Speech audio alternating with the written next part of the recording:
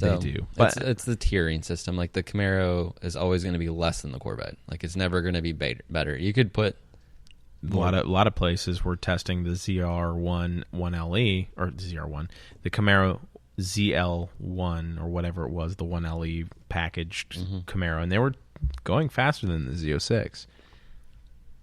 Not by much. Yeah, well, I mean, that's the top end Camaro line compared to... Anyways, digress. The point being is that you have your tiers of... I feel like you have your tiers of cars. I mean, you have your economy cars to get you to point A to B. You have your, entry-level sports cars, and then you have more of your high-end sports cars for your car companies, depending on the car company. I mean, you have it with your Porsches. You have it with all of them. It's just kind of like, hey, get you in the door, get you in the family, and then, get you up the ladder. Every manufacturer does it. Yep. And it's not, it's not, I think it is an industry standard where there is a planned segmentation of the market. So they say, I'm going to build a car that goes into this niche, right? With the 400Z, they're looking for a rear-wheel drive, front-engine coupe that has good horsepower, good handling, fun-to-drive car that anyone can drive. Hopefully manuals.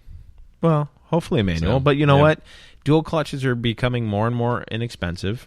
I just really hope that Nissan doesn't put in their CVT that a lot of their cars have in it. I was just thinking of that, actually. That would kill it. Well, as Engineering explained, another YouTube channel, CVTs are far more efficient at producing horsepower and torque and being efficient while doing so. Yep. Efficiency isn't always fun. Well, exactly. I don't believe it's fun. There's a sense of accomplishment when you row through the gears. So, I did it. Yeah. See, I did it. I shifted to 6. Oh, jeez. So, I mean, if they're bringing out a new Nissan 400Z, when are they going to bring out the next GTR, an R36? I would like to see hopefully Nissan is going to take a Maserati approach and start going in like new directions, new branding. And instead of every 11 years refreshing their cars, they do it a little bit more frequently. So hopefully we get some more news about other cars down the line. I mean, I did not see a Skyline silhouette in that picture that they had of all those cars being led off by the 400Z, as we're calling it. Yeah, it's not been confirmed to be called that, by the way. Z-car is really Z-car. Yep. So, I mean, I really want to see another GTR. I want to see them take another crack at that car. Baby steps, Matt. We'll wait for next week, then we'll go from there. All right. But, I mean, is it enough, though? Is this going to be enough for Nissan to become relevant again? And I know a lot of people out there go, I love my Nissan Maxima, or I love my Nissan Titan. Right? Is it Nissan that makes that Titan? Titan hasn't been refreshed for a while either. Well, nor has the Forerunner or the Frontier. Frontier. Yeah, that's still that car's still old. Back from like early 2000s, and people, it still sells. Still sells. So I guess my question is, but those sales numbers are not enough to keep Nissan afloat. And after their whole big debacle with their old president and CEO. What was his name? I feel like that's going to be a topic for another day. I hear that there's like a $13 million bounty out on that guy's head. Man, that's a big bounty. It's a lot of money to carry around on your forehead. Fled to Lebanon. So just fled in a cargo container. I wonder if it was stock full of Nissans. It's probably champagne.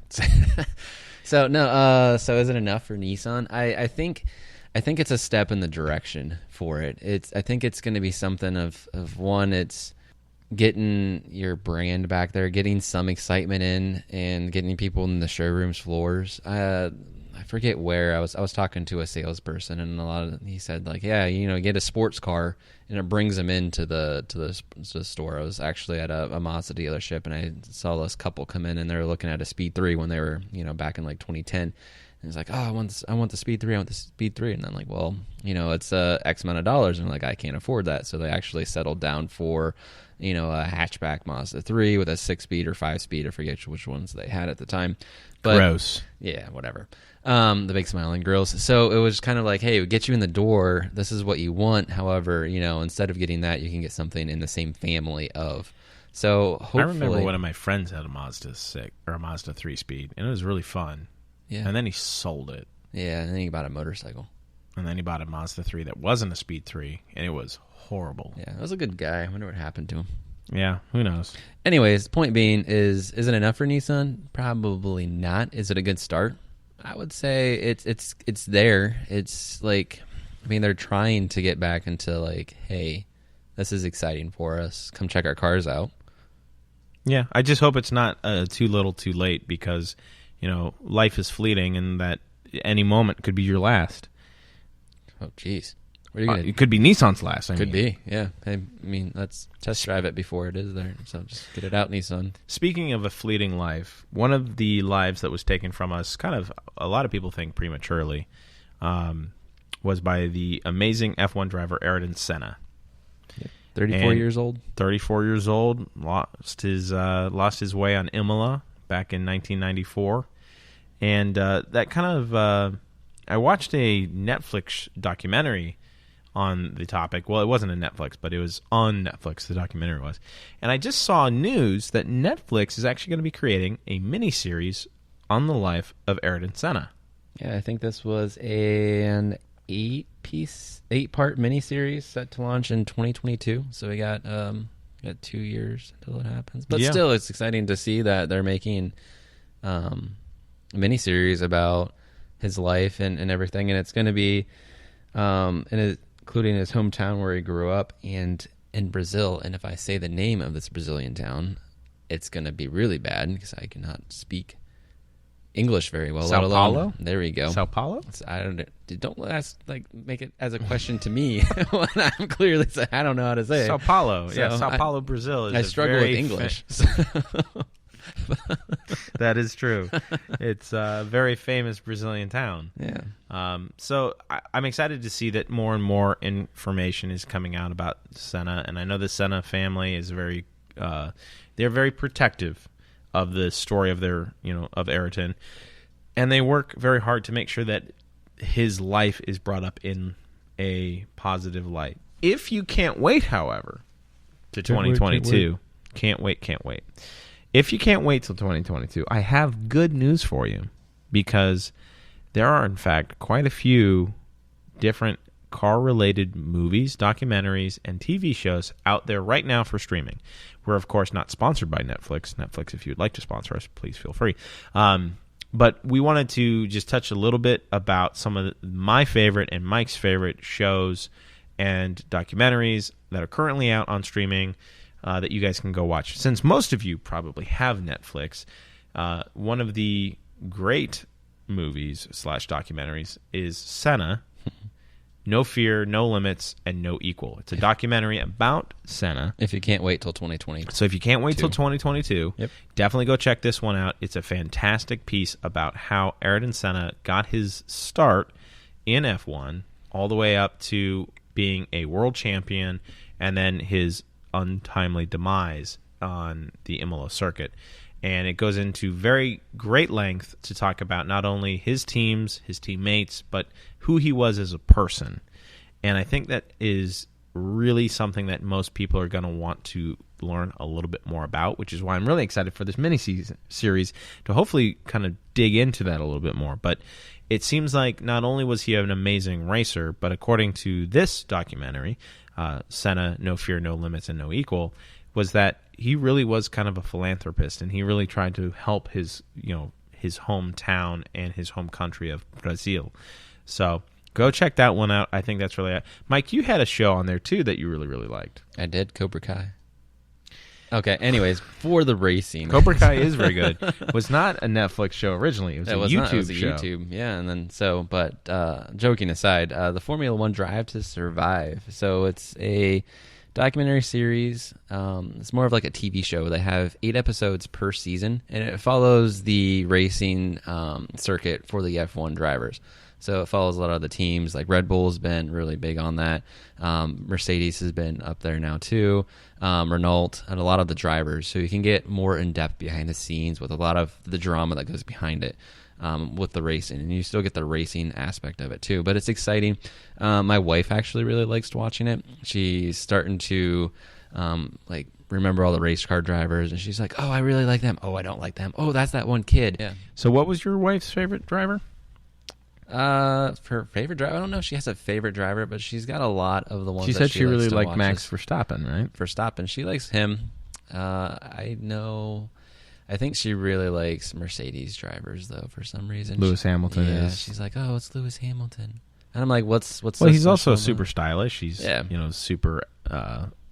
he's outspoken about a lot of things. So I really appreciate everything that he's been saying. Plus, a lot of people hate him because he's so damn good. But, dude, he is really good. They also have really good cars, too. So Mercedes has been dominating that series. So was Red Bull for a long, long time. Yeah, well, for a bit. But it follows a lot of that around a lot of the races and the drama, like drivers switching teams and so forth. So far, they have the 2018 and 2019 championships, and then hopefully, Are you guys watching season 2 already? Season 2's already out. Yeah, that's what I'm saying. Yeah. So there's 2 seasons of Formula One Drive to Survive. Yep. Season 2 recently came out. I don't know how recently, but it just did. It's been getting good reviews, so go check that one out. Fun.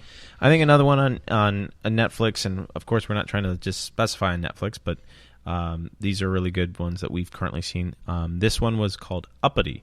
I saw this just come across my feed, and I snatched at the opportunity. I like watching anything related to race car drivers.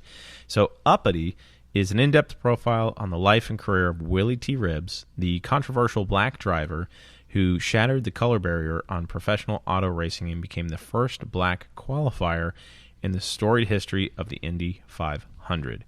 This, I mean, honestly, Willie T. Riggs, if you guys do a quick Google, this guy was just like the Michael Jordan of racing.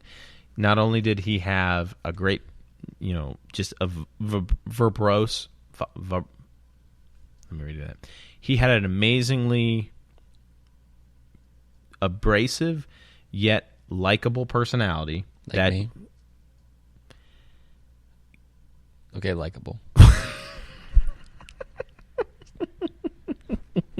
So, I mean, it was like people talked to him about him that he was very abrasive, but people loved him. Mm-hmm. The population, and spectators loved this guy because he put on a show, and not just because like he was a showman, but he could also put his money where his mouth was. He was actually a fantastic. He was I believe, a Trans Am driver, and he just whooped on people. So go check Uppity out. It's a great story about Willie T. Ribbs, a fantastic driver in his own right. He's got a very storied history, and it's about overcoming a lot of the diversity, like the diversity limitations that NASCAR and Indy 500 and all racing series had back then. So go check out Uppity.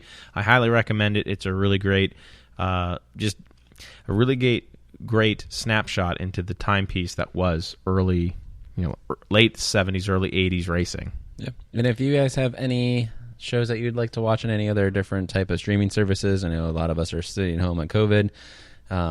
Saturday, if you're not watching any football because there's not a lot on, go Buckeyes. I hope you play. Let us know. Shoot us over something, and maybe we could share it with the group on our Facebook page. Put it on our love to hear Facebook from you. page, yeah. So just go to Facebook, look up Midwest Motoring Podcast. Make sure you put in the podcast. Send us some information on what you might like to watch. We're going to post some of this information out on our Facebook page as well. So, Mike, it's glad to see you back in the studio, man. It's glad to be here. Those were some really great topics for us to talk about. A lot of future stuff. A lot of things to look forward to. Future. Do we have a future soundboard that we can go? I think I might have one. It might sound like this. That's not future. Nope. That's not future. That's definitely not. Nope. There it is. There we go. Third time's a charm. Yeah, that was us in the future. That was an electric car going That was by. the Z car. That was that Z car, yeah, exactly. Mike, thanks for joining me in the studio, and for all of our listeners out there, thank you for joining us.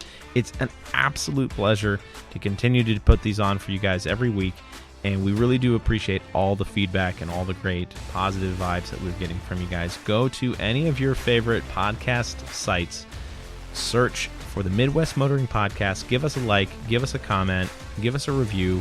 All the positive reviews help us get out there more, so more and more people are listening to it. And the more people who listen, the better content we can bring, and the better subjects we can bring out, and the more this will become a better podcast. So thank you so much again for your time and for your likes and your subscriptions. We really, really appreciate that. Feel free to share this with your friends at any point in time because we know that they're going to love it as well. But Mike, thanks again. You got